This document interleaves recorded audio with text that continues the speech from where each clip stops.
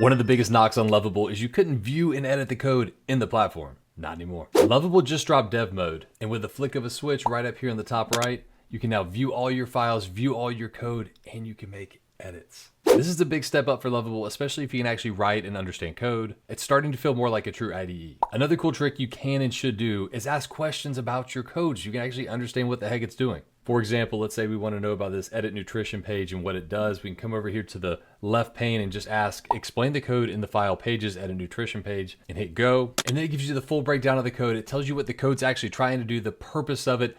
Understanding this is so important when you're building. You'll feel like you're so much more in control, and then your conversations with Lovable as you're building will be so much more dynamic. You'll feel like you're on a whole nother plane when you're building. If you want to try this out, check out the link in my bio. You can try Lovable for free. I'm also really curious if you're actively using these AI coding IDEs, whether it's Lovable, Bolt, Cursor, whatever. How much are you actually looking at the code versus just prompting directly? I'm just curious, like what patterns are emerging. Let me know in the comments. Really curious about this. And make sure to give me a follow if you want to learn to build with AI.